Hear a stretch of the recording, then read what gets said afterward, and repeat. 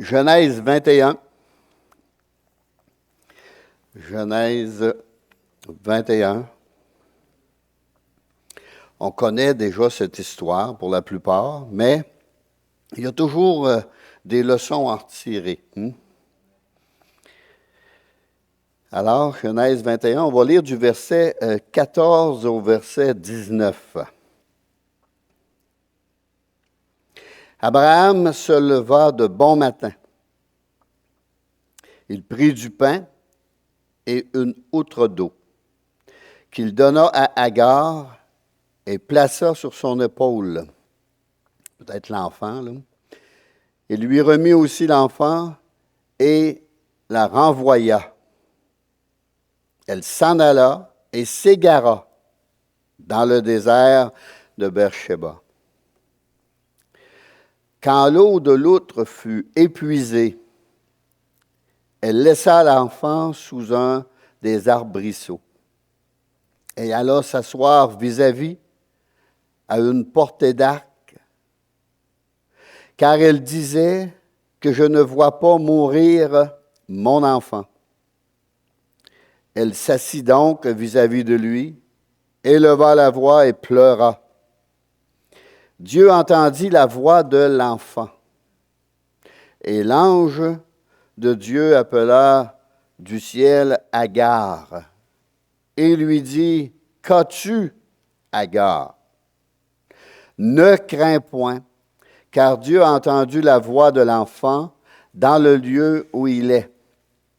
Lève-toi, prends l'enfant, saisis-le de ta main, car je ferai de lui une grande nation. » Et Dieu lui ouvrit les yeux, et elle vit un puits d'eau. Elle alla remplir d'eau l'outre et donna à boire à l'enfant. Amen. Seigneur, puisses-tu nous parler par ta parole encore ce matin? Cette parole est vivante, Seigneur. Cette eau est vivante. Cette eau est esprit et vie. Ô précieux Jésus, parle-nous, montre-nous,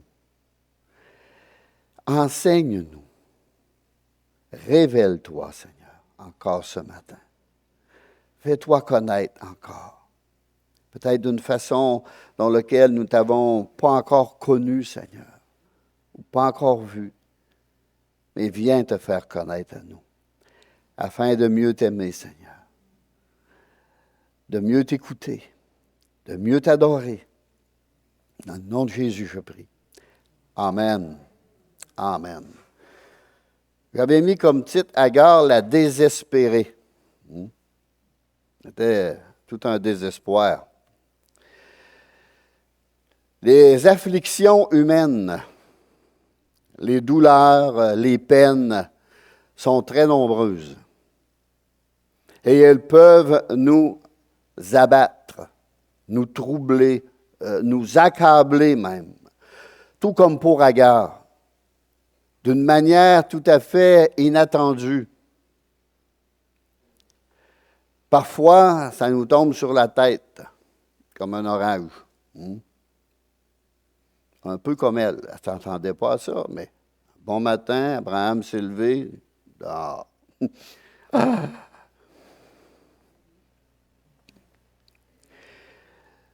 N'avait-elle pas été dans le passé une femme comblée? Lorsqu'elle avait, on pourrait dire, donné tous ses soins au fils d'Abraham, Ismaël. Mais la naissance d'Isaac, Isaac est un peu un type de ce qui est né de l'esprit, amena le trouble et l'opprobre sur Ismaël, la chair, l'effort humain, les œuvres de la chair. C'est ça que ça représente. Romain nous l'explique, Paul nous l'explique dans Romains. Alors, pauvre Agar. Agar était une Égyptienne aussi. Au verset 14, Abraham se leva de bon matin, prit du pain et une outre d'eau, qu'il donna à Agar, et plaça sur son épaule, lui remit aussi l'enfant et la renvoya. Elle s'en alla et s'égara dans le désert de Beersheba. Elle s'était égarée. Je ne sais pas s'il y a quelqu'un ici qui s'est déjà égaré ou perdu. Je me suis égaré dans la ville de Toronto, moi, puis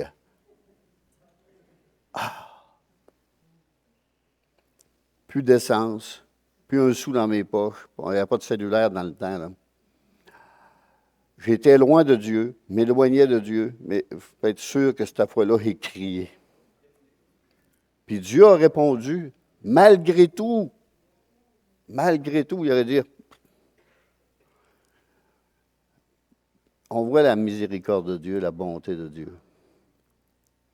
Agar était une excluse. Chasse cette servante. Chasse cette servante.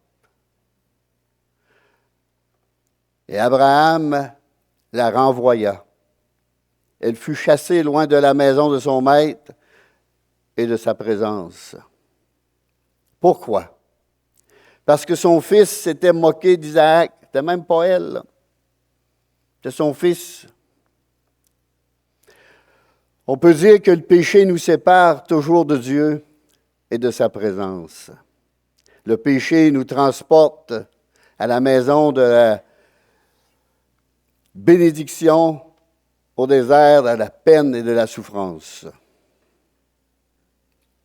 Agar est partie dans le désert avec un peu de pain et une outre d'eau. Elle n'avait pas grand-chose, hein? Même pas de vêtements de rechange. Elle est sortie, là, avec ses vêtements, point final. Pas d'argent plein poche, là. Après une longue marche épuisante, l'eau manqua et l'enfant avait soif. On peut dire que son problème, sa peine, son fardeau, sa douleur, sa souffrance est devenue de plus en plus lourde. Elle s'en alla et s'égara. Elle était partie un peu à l'aventure, sans savoir où elle allait. Les ressources des exclus sont vite épuisées, tout comme la fortune du fils prodigue a été rapidement épuisée, dépensée. C'est quand tous les moyens du bord sont épuisés, quand nous sommes à sec, que nous nous tournons enfin vers la source de vie. Et c'est ce qu'Agar a fait. Agar plaça l'enfant sous un arbrisseau et alla s'asseoir vis-à-vis. Elle éleva la voix et pleura. Elle était impuissante, désespérée et égarée. Pour Agar, tout était terminé. Son enfant allait mourir et elle aussi. Tout est fini. Parfois, nous nous trouvons dans des situations difficiles, des moments très pénibles que nous pouvons appeler des déserts. Des déserts. L'épreuve de la difficulté grandit et grandit et grandit. Et on ne voit aucune solution. Aucune solution, aucune lumière, comme on dit, au bout du tunnel. Et au verset 16, car elle disait que je ne vois pas mourir mon enfant. Elle ne voyait plus devant elle que la mort. Seulement la mort. Il est impossible de voir et de sentir la grandeur de nos besoins avec une intensité telle que nous n'osons même pas les regarder en face. Mais souvent, ça arrive. On veut même pas y voir les problèmes. On voudrait que le facteur reste chez eux. Puis que le téléphone cesse de sonner. Puis Agar nous présente un portrait saisissant de ce qu'est une personne sans force, sans solution, sans issue. Même si aujourd'hui, ça vous semble très dur, pénible, parfois difficile, et que dans le secret de votre cœur, vous versez des larmes devant vos difficultés comme Agar, elle s'assit, elle va à la voix et pleura, et elle ne pouvait plus rien faire d'autre. Pleurer, pleurer, pleurer. Et la seule eau qui restait était dans son corps.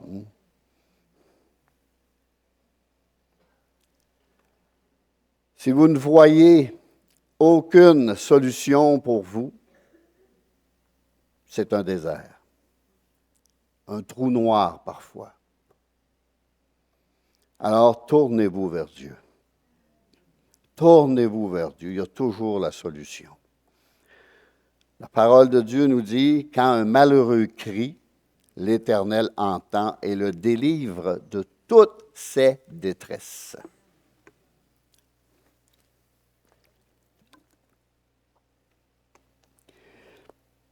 Quand je suis venu au Seigneur, revenu au Seigneur plutôt, j'en avais des problèmes. J'en avais, c'est terrible. Je m'étais enfoncé beaucoup. Et je me suis accroché à ce verset-là. Quand un malheureux crie, l'Éternel entend et le délivre de toutes ses détresses. Puis j'en ai sorti vainqueur. Il y avait des situations en passant en cours, des procès, toutes sortes de choses. Puis j'avais tout perdu, ma maison, tout. Seigneur, je remets ça entre tes mains. Et je lisais, je priais, et chaque jour, chaque semaine, tiens, les choses s'arrangeaient, les choses s'arrangeaient, les choses s'arrangeaient. Et presque tout le temps, miraculeux. Miraculeux. Dieu ouvrait les portes, puis la situation s'arrangeait. Mais Satan m'avait montré une corde avant. Puis j'ai dit non. J'ai plutôt sorti ma Bible, et ôté la poussière dessus, puis l'ouvert. La solution était là. Mais des fois, avant de l'ouvrir, il faut aller creux. Il faut aller creux. L'enfant aussi pleurait. Ismaël signifie Dieu entend. Dieu entend. Et il a entendu le cri de l'enfant, il a entendu les pleurs de l'enfant, même avant ses pleurs à elle. Dieu n'est pas sourd et il répond en son temps. Des fois, il faut être au bout du rouleau. Il nous emmène là. Et ça, c'est très dur sur notre pauvre patience. Très dur. Même si Dieu dit d'attendre en silence et avec confiance, ouais, il faut se ressaisir. On va aller lire dans Philippiens 4. Philippiens 4, on a une belle recette.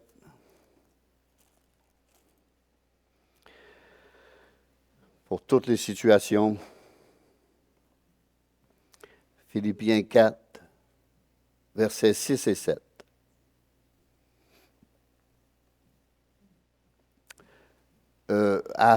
Avant la fin du verset 5, c'est le Seigneur est proche. On ne parle pas de sa venue ici, on parle de nous. Le Seigneur est proche de nous. Il est tout près. Ne vous inquiétez de rien. Ça, là, c'est beaucoup plus facile à lire qu'à faire. Ne vous inquiétez de rien. Si on pourrait prendre Dieu au mot, peut-être qu'on dormirait bien. On serait joyeux dans la journée. On serait joyeux, on serait heureux. Ne vous inquiétez de rien. Un peu comme les enfants. Ne s'inquiètent pas. Mais Dieu nous le dit un peu plus loin dans la parole de Dieu, de ne pas s'inquiéter. de quoi on va manger, de quoi on va boire, de quoi on va être vêtu. Mais en toute chose, faites connaître vos besoins à Dieu. Mais nous, on les fait connaître aux autres. Sauf à Dieu. Tout le temps dernier, Dieu. Pourquoi? Il nous dit ici, le premier, c'est Dieu.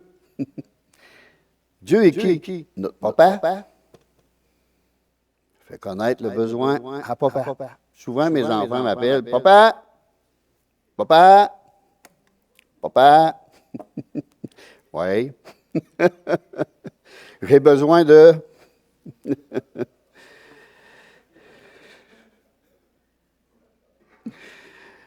Par des prières. Par des prières. Il faut lui en parler. Et des supplications. Avec des actions de grâce. Ça, c'est la foi. On remercie avant qu'il intervienne. Et la paix de Dieu. C'est une formule, ça, là. C'est une recette. Et la paix de Dieu qui surpasse toute intelligence de ce monde. Tous les problèmes. Dieu est assez intelligent pour résoudre tout. Simplement, facilement. Gardera vos cœurs et vos pensées en Jésus-Christ. Si on veut garder nos cœurs et nos pensées en Jésus, accrochons-nous à lui. On a eu un témoignage, là, ce matin. Prie toi-même. Prie à cette heure. Tu sais que Dieu répond, là? Fais confiance aux prières, à cette heure, toi, prie. Et là, Dieu... Ça, là...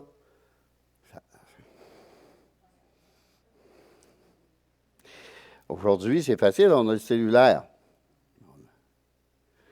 Peut-être qu'on va être dans des endroits où ce qui ne fonctionnera pas. Puis là, veut pas, on prie à Dieu. Alors, le Seigneur est proche de chacun de nous. Il est tellement proche qu'il est en chacun de nous-mêmes, par son esprit. Il nous habite. Il est à l'intérieur, le Seigneur. Sachons-le. Pour ceux qui sont nés de nouveau, il est en dedans, par son esprit. C'est l'esprit de Christ qu'on a reçu. Le Saint-Esprit, c'est l'esprit de Christ. Ne vous inquiétez de rien. La prière est le seul remède indispensable à l'inquiétude. Lorsque nous prions, nous renouvelons notre confiance en la fidélité du Seigneur, en nous déchargeant sur lui de toutes nos inquiétudes, nos problèmes, nos tourments, car il prend soin de chacun de nous. Dieu prend soin de ses enfants. Croyons-le. Croyons-le. C'est là qu'on voit que notre foi est fragile. Il faut le croire. Il faut le croire. Nous sommes assurés qu'en toute chose, Dieu œuvre pour notre bien. Le croyez-vous? Qu'en toute chose, il œuvre pour notre bien. Les petits amen, de bien qu'à la fin, il va y avoir amen. Tout le monde va dire amen. Là, je vois beaucoup de doutes. Dieu voit beaucoup de doutes aussi. Mais en toute chose, faites connaître vos besoins à Dieu. Seigneur, il me manque ça. Mais encore mieux que ça, si vous priez pour les autres, Dieu va s'occuper de vous. Les autres en premier. Seigneur, bénis-le. Seigneur, remplis son frigidaire, remplis son congélateur. Je suis sûr qu'il va remplir le vôtre, sans que vous ayez besoin d'y demander. Parce que là, vous commencez à comprendre des choses.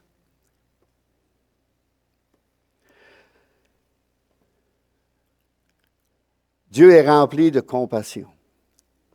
Il est rempli de miséricorde envers chacun de nous. Et nous trouvons grâce à ses yeux et il nous secourt dans nos besoins. Il nous secourt. Et la paix de Dieu qui surpasse toute intelligence gardera vos cœurs et vos pensées en Jésus-Christ. On aurait pu mettre n'importe quoi d'autre, là. Parce que quand on ne se confie pas en Dieu, là, on peut mettre des noms à place de Jésus, là. La paix de Dieu vient garder nos cœurs et nos pensées en raison de notre relation, de notre communion avec lui, dans sa parole, dans la prière.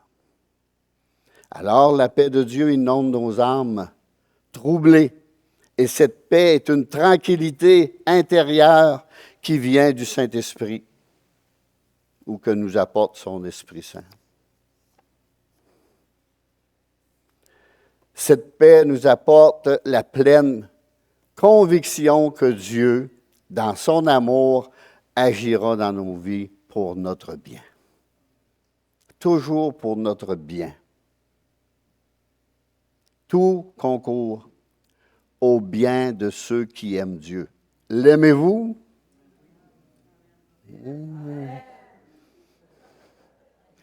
Lorsque nous déposons nos problèmes à ses pieds dans la prière, la paix se tient à la porte de notre cœur.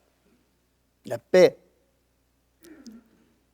et de notre esprit pour nous préserver des inquiétudes et des angoisses de la vie qui viendraient pour nous troubler ou nous bouleverser. Et enlever notre espérance en Jésus-Christ. Quand la crainte et l'angoisse font surface, la prière, s'il vous plaît. La prière. Essayez ça avant de prendre une pilule. Parce que souvent, toutes sortes de pilules aujourd'hui, il y en a même pour l'angoisse. Il y en a pour la crainte, il y en a pour tout. Mais essayez la prière. Quand vous êtes en pleine crise d'angoisse, là, on étouffe dans ce temps-là, puis il manque d'air, puis c'est des problèmes souvent, ça. Où on pense trop aux problèmes des autres au lieu de les donner au Seigneur.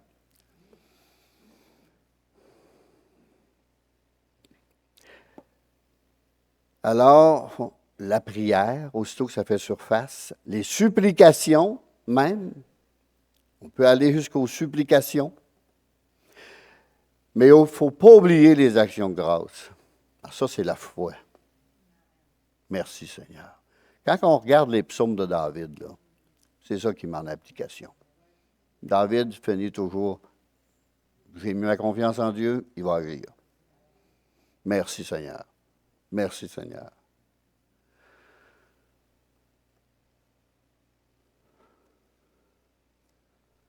Les actions de grâce nous replacent dans la paix de Dieu, qui garde nos cœurs et nos pensées. Et une fois de plus, nous nous sentirons en sécurité avec le Seigneur. Et nous serons capables de nous réjouir dans l'amour du Seigneur sans crainte. Sans crainte. Et c'est ça la formule pour être capable de toujours se réjouir en Jésus-Christ.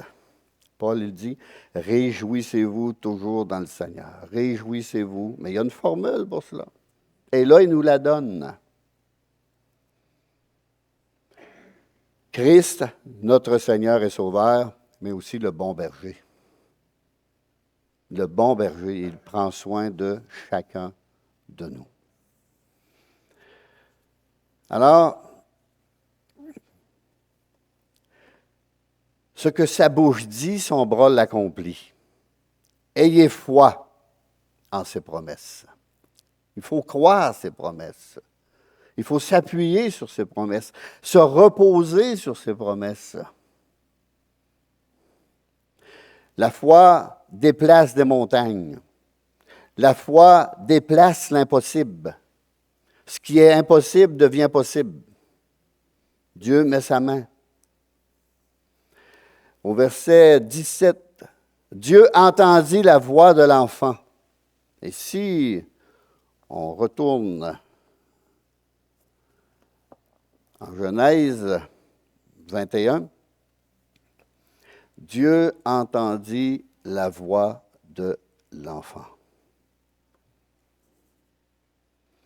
On va lire au verset 13. Une promesse faite à l'enfant. Je ferai aussi une nation du fils de ta servante. Une promesse faite à Abraham. Car il est ta postérité. Dieu avait dit, je ferai aussi une nation du fils de ta servante. Et Dieu accomplit toujours ses promesses. Mais ici, c'est Abraham qui l'avait dit. Agar n'a peut-être pas entendu cela, ou Abraham n'a peut-être pas répété.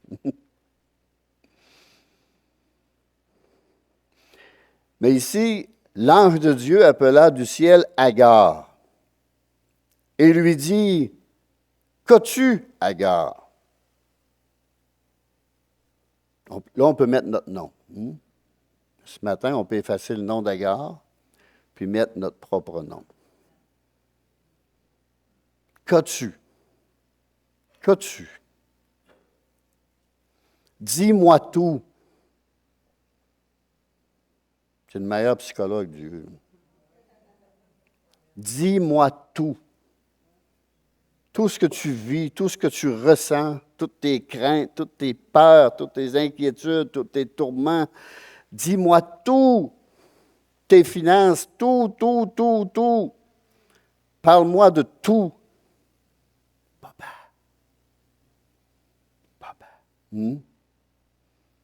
La main miséricordieuse s'avance vers elle avec amour, avec tendresse, avec compassion. Le Dieu Tout-Puissant qui cherche à sauver les perdus étend sa grâce et sa bonté sur Agar et sur nous-mêmes, sur nous aussi. Oui, qu'as-tu, Agar? Ici, il ne s'agit pas d'une simple question de curiosité, là. Mais Dieu, dans sa tendresse et son amour, cherche à aider les gens. Dieu veut nous aider. Et tout est possible pour celui qui croit. Alors, on va aller dans Luc 4, au verset 18, l'Évangile de Luc, chapitre 4. Versets 18 et 19. Ici, c'est Jésus. On connaît pas mal tous ces versets-là par cœur. L'Esprit du Seigneur est sur moi parce qu'il m'a oint pour annoncer une bonne nouvelle aux pauvres. Il m'a envoyé pour guérir ceux qui ont le cœur brisé, pour proclamer aux captifs la délivrance et aux aveugles le recouvrement de la vue, pour renvoyer libres les opprimés, pour publier une année de grâce du Seigneur. Un salut par grâce, mes amis. Tout est par grâce. Tout est par pure grâce. Alors, l'Esprit du Seigneur est sur moi parce qu'il m'a oint pour annoncer une bonne nouvelle aux pauvres.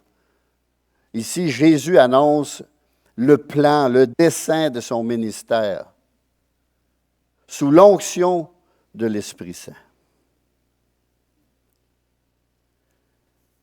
Prêcher une bonne nouvelle, l'Évangile aux pauvres et aux misérables, aux affligés, aux humbles, à tous ceux qui ont le cœur brisé par les blessures de cette vie, et il y en a.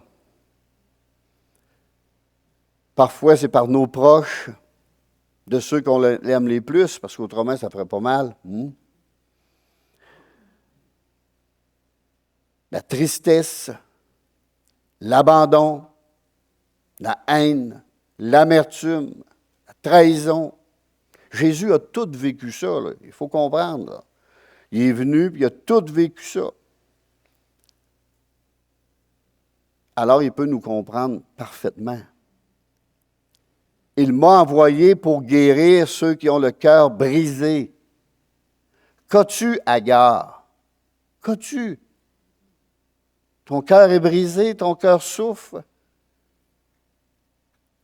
Cette guérison concerne l'être tout entier sur le plan physique, émotionnel et spirituel. Souvent, ce sont ceux qui vont recevoir avec joie la bonne nouvelle du salut, mes amis. Quand ils sont rendus à ce point-là, on le témoigne, ils sont ouverts. Pour proclamer aux captifs la délivrance, la vraie liberté, la délivrance de l'emprise du péché et de son pouvoir, de la crainte et de la culpabilité aussi. Libéré de la haine, imaginez, vous vivez dans la haine, Dieu m'a libéré. Libéré de la rancœur, méditez d'aller plus loin puis même de tuer. Libéré du manque de pardon. Oh, Seigneur, est-il de la misère? Est-il de la misère avec ça? Dis-moi tout. Dis-moi tout, demande-moi, et tu vas être capable.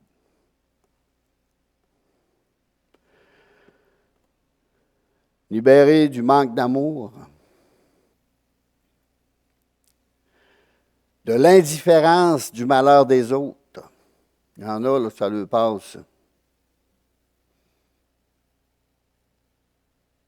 Libéré de l'amertume, du blasphème, du mensonge, de l'envie, de la cupidité, de la crainte des hommes, de la peur, de l'insécurité, de la sexualité déplacée, drogue, alcool, convoitise, de tout ce qui est perverti et déréglé. Réellement libre avec le Seigneur. Vous serez réellement libre. Aux aveugles, le recouvrement de la vue. Ouvrir les yeux spirituels qui sont aveuglés par le monde, par la religion des hommes, afin qu'ils perçoivent la vérité de la bonne parole de Dieu. Pour renvoyer libres les opprimés, ceux qui sont écrasés sous le poids des fardeaux, problèmes, soucis, inquiétudes, tout ce qui peut apporter une oppression sur ma vie et m'emmener parfois à la dépression. C'est une oppression qui emmène à la dépression. Des fois, ça peut être la fatigue aussi, mais quand on est rendu dépressif, on est au désespoir aussi. On voit noir. Et tout ce qui peut troubler mon sommeil, on a besoin de dormir. J'ai expliqué ça à quelqu'un cette semaine, qu'on a besoin de dormir. Si tu dors 8 heures par jour, tu n'auras jamais de problème. Mais si tu ne dors pas, à un moment donné, il va falloir que tu te rattrapes. Il faut dormir, mes amis. Ça peut emmener beaucoup de désespoir, beaucoup de troubles, et m'emmener à faire de l'insomnie. Jésus a dit, venez à moi, vous tous qui êtes accablés sur le poids d'un lourd fardeau, et je vous donnerai du repos. Alors, pour publier une année de grâce du Seigneur, oui, le bonheur et la grâce m'accompagneront tous les jours de ma vie. Merci, Seigneur, pour ta grâce. Merci pour ton salut. Revenons à Agar. Qu'as-tu, Agar? Qu'as-tu? C'est ça. Elle devrait se confier. Elle a dû se confier à Dieu. en premier lieu. Au verset 19, Dieu lui ouvrit les yeux. Quand on est dans des situations même, là, on devient aveugle. Dieu lui ouvrit les yeux. Il fallait que ses yeux s'ouvrent afin qu'elle puisse voir. Où Agar a-t-elle déposé son fils? Au verset 15, sous un des arbrisseaux. Et s'il y avait des arbrisseaux, il y avait de l'eau. Dans le désert, là, si vous voyez un arbre, là, ou plusieurs petites talles d'arbres, parce qu'il y a de l'eau à quelque part. Là. Ça ne pousse pas dans le sable. Là. Ça prend de l'eau à quelque part. Mais là, dans son épreuve, dans son tourment, elle est aveuglée. Elle savait, ça. Elle le savait. S'il y a un arbrisseau, tout le monde qui vivait dans le désert savait ça. Mais là, perdu dans ses pensées, perdu dans ses idées, ne voyant que la mort au bout, le désespoir total, il a fallu que Dieu lui rouvre les yeux. Elle aurait dû comprendre d'elle-même. Mais l'épreuve, le désert, l'amertume, la souffrance a aveuglé Agar, bien aveuglé. Elle était égarée, nous dit le verset 14. Égarée. Quand vous êtes perdu dans le bois, là, vous ne réfléchissez pas trop. Là. Moi, j'avais dit, Seigneur, conduis-moi. Dans mon égarement, dans mon auto, j'ai dit, Seigneur, conduis-moi à bonne place. Puis j'ai arrivé droite. Je ne savais même pas où j'allais, là. Je suivais juste les directions de Dieu. Puis j'arrivais sur mon boss. Partir de mon boss, aller chez moi, j'étais capable. Puis Dieu m'a ramené direct dans le cours. J'en ai pleuré une shot. Et c'est la même chose pour nous. L'épreuve nous rend parfois aveugles. Les situations que l'on vit nous aveuglent. Agar était aveuglée par sa peine, sa souffrance, son angoisse. Il ne faut pas oublier qu'elle avait été chassée avec rien. Hein, son cœur, elle devait avoir de la colère, de la haine, de l'amertume. Dans son cœur, elle ne devait pas aimer. Elle ne devait pas aimer Abraham, mais encore moins Sarah.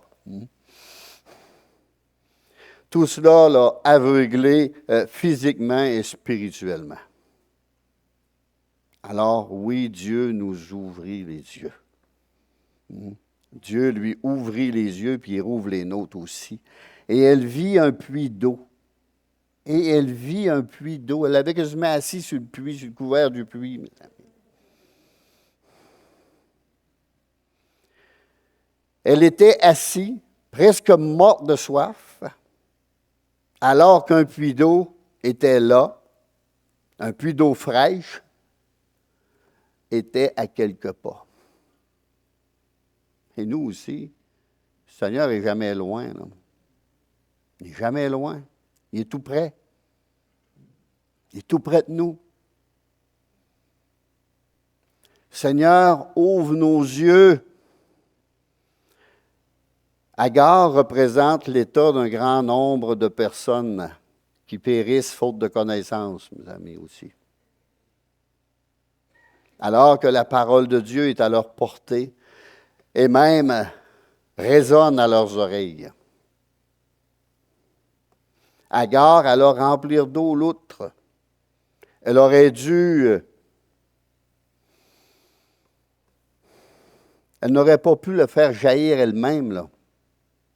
Une source d'eau, jamais. Mais elle pouvait prendre l'eau qui lui était offerte gratuitement. Juste parce que Dieu lui a ouvert les yeux. C'est gratuit. Va. Bois, et puis là. Elle veut mourir. Elle veut mourir. Dieu ne nous demande pas de nous sauver nous-mêmes, mais tout simplement de saisir le salut qu'il nous offre en Jésus-Christ. C'est seulement lorsque ses yeux ont été ouverts qu'elle a réalisé à quel point elle avait été aveugle. Une fois qu'on comprend, une fois que Dieu nous a ouvert les yeux et l'esprit, oh Seigneur, comment ça, on ne comprenait pas ça, ce verset-là? Comment ça, c'était clair. Par ta lumière, nous voyons la lumière. Ça prend la lumière du Saint-Esprit en nous pour vous. Et Dieu lui avait ouvert les yeux. Et là, elle a vu le puits. Mais il fallait qu'elle remplisse son outre. Il fallait qu'elle aille le boire à ce puits-là. Il fallait qu'elle remplisse l'autre après, ou la bouteille, appelez ça comme vous voulez. Si vous voulez être rempli, lisez la parole de Dieu. Tenez-vous dans la présence de Dieu. Il y a des sources d'eau vive en abondance. Et réclamez ses promesses et ses bénédictions avec foi. Puis après ça, dormez tranquille. Avec foi. Souvent, on prie, mais le problème reste là, puis on ne l'oublie pas aussi longtemps qu'il n'est pas réglé. Mais il devrait être réglé à la minute qu'on le met au pied du Seigneur. Seigneur, tu vas régler ça. Pas les mains, là. Merci de régler ça, Seigneur, à ma place. Merci, merci. Il y a des fois, moi, il aurait fallu aller voir des personnes, puis leur expliquer un peu la doctrine, là, puis comment que ça fonctionnait, là. Parce que là, il était en train d'embarquer dans une autre patente.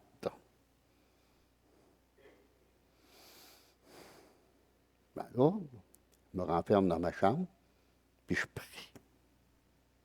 Seigneur, mets ta main. Il y en a toujours un, quand il me voit, un homme que je connais très bien, qui dit, « C'est que tu fais pour porter tous ces fardeaux-là? » Je ne les porte pas. Je ne porte pas ça. Personne ne peut porter tous les fardeaux d'une église, il serait à terre. Il les donne au Seigneur à mesure. Et je lui fais confiance. Je lui fais confiance. Et tout à coup, la situation se règle toute seule, d'elle-même. Dieu a parlé. Dieu a agi. Merci Seigneur. Quel repos. Quel repos. Agar donna à boire à l'enfant en acceptant le don de Dieu. Non seulement elle se sauva elle-même, mais Agar sauva aussi son enfant. Acte 16, 31. Crois au Seigneur Jésus, tu seras sauvé. Toi et ta famille, il faut prier. Mais il faut leur donner le bon exemple aussi. Il faut leur donner leur bon exemple puis les conduire à Christ. Il ne faut pas se confier juste au moniteur d'école du dimanche. Ça se fait à la maison, ça se prépare à la maison, ça.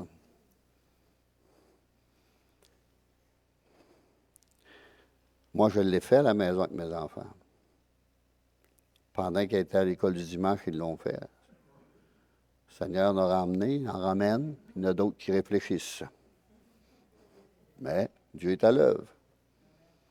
Dieu est à l'œuvre. Merci Seigneur, je peux dormir en paix. Moi, j'aime pas mal mieux mettre la situation puis le problème dans les mains de Dieu qu'essayer de le régler moi-même. Seigneur, je me confie en toi. Merci. Ma mère était remplie d'inquiétude. Mon père lui dormait sur les deux oreilles. Parce qu'il disait, moi, je l'ai confié à Dieu. Ma mère, elle avait tendance à repartir avec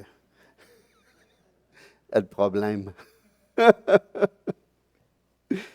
Fait qu'on a appris ça de notre père, de mettre ça dans les mains de Dieu et de dormir tranquille.